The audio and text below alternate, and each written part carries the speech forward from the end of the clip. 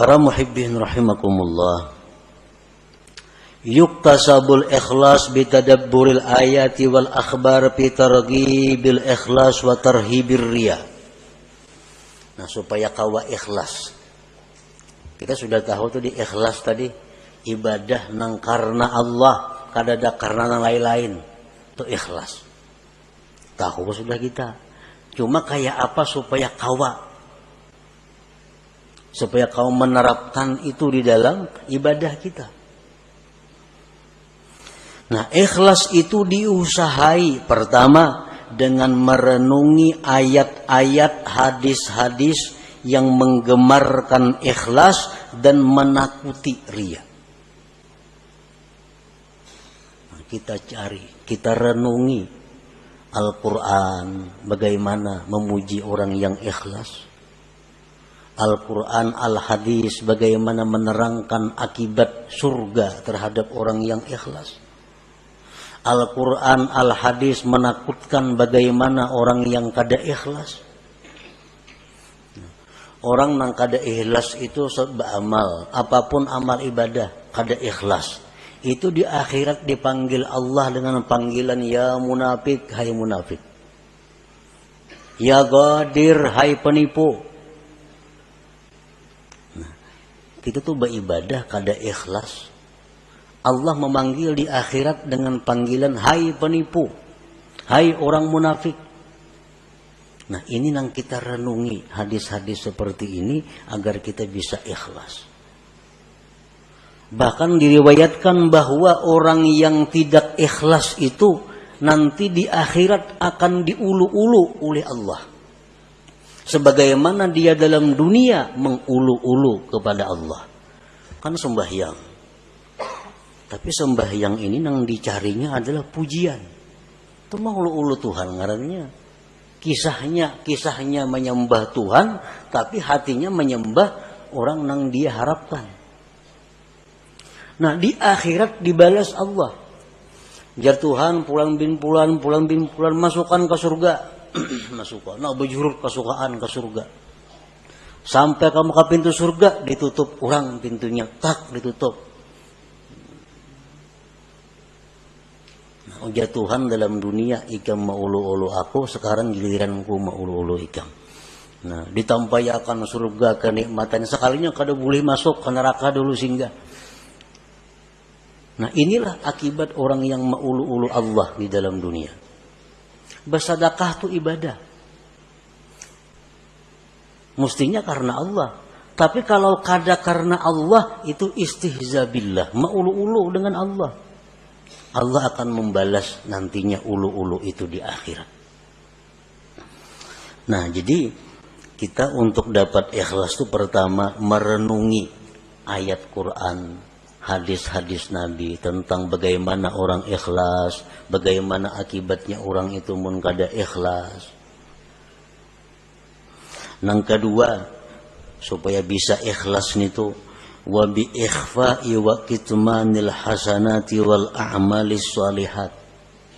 Menyembunyikan amal-amal saleh itu, baik waktu melakukannya atau sesudah melakukannya. Nah, bersembunyi ini mendukung supaya ikhlas.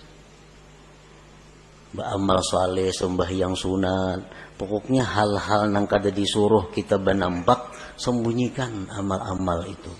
Jangan dikisah-kisahkan, jangan dikuya-kuya karena mengurangi nilainya, bahkan bisa menggugurkan pahala.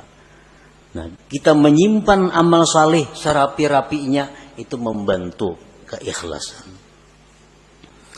Yang selanjutnya agar kita bisa ikhlas, nah ini yang paling penting, wabikat ittama anil khalqi, memutus tamak daripada makhluk. Selama kita masih tamak dengan makhluk, kita sulit untuk ikhlas itu. Nah, selama kita masih ada yang kita kehendaki daripada makhluk, sulit untuk ikhlas. Kita kepingin makhluk itu sayang lawan kita kepingin makhluk itu hormat lawan kita kita kepingin makhluk itu mencintai kita kepingin makhluk itu memberi sesuatu kepada kita kepingin makhluk itu agar memilih kita. Selama itu ada dalam hati, kita sulit untuk ikhlas. Nah, sulit untuk ikhlas. Jadi putuskan harapan-harapan kepada makhluk.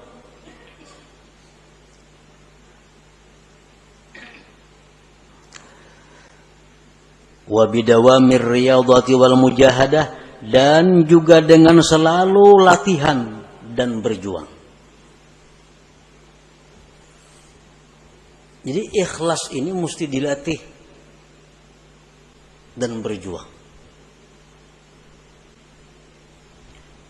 Dikisahkan bahwa salah seorang salihin ini sembahyang berpuluh-puluh tahun hanya di saf pertama. Sembahyang berjamaah. Saf kedua kada biasa, apalagi masbuk makin kada. Selalu di saf pertama. Suatu hari sidin ada talambat. Pada sudah 10 tahun lebih selalu di saf pertama sembahyang berjamaah. Suatu hari ada masalah sehingga datang ke masjid masbuk.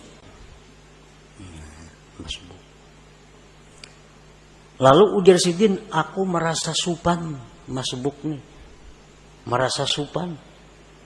Karena mahir di saf pertama. Sekarang masbuk aku merasa supan. Nah, begitu merasa supan, lalu sidin menyimpulkan bahwa yang selama ini aku sembah yang di saf pertama itu adalah riya, bukan karena Allah. Buktinya aku hari ini supan sembahyang masbuk. Lalu ujar sidin sembahyang yang sekian puluh tahun tadi, aku qadha hari demi hari, aku hari demi hari diqadha. Nah, ini ngarannya adalah riyadhah wal mujahadah. Nah, kita sembahyang, ada tadi asa ada riyanya, ulangi sembahyang biasa. Nah, di rumah surangan sampai bujur-bujur murni sembahyang kita. Kita tadi berzikir, kita tadi membaca Quran di tengah orang banyak. Tadi rasanya asa ada riya nih. Kayaknya di kamar buliki sorangan membaca. Nah, ini riyadhah wal mujahadah. Untuk mendatangkan ikhlas ke dalam diri kita.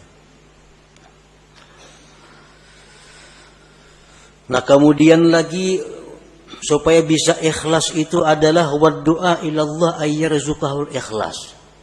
Lawan Tuhan minta, Allahumma rizuknil ikhlas bil a'mal. Ya Allah, berikan aku ikhlas pada amal-amal. Ini perlu lawan Tuhan. Karena kalau Allah memberi satu mata saja. Allahumma rizukni al-ikhlasa bil a'mal. Ya Allah, aku minta ikhlas pada segala amal.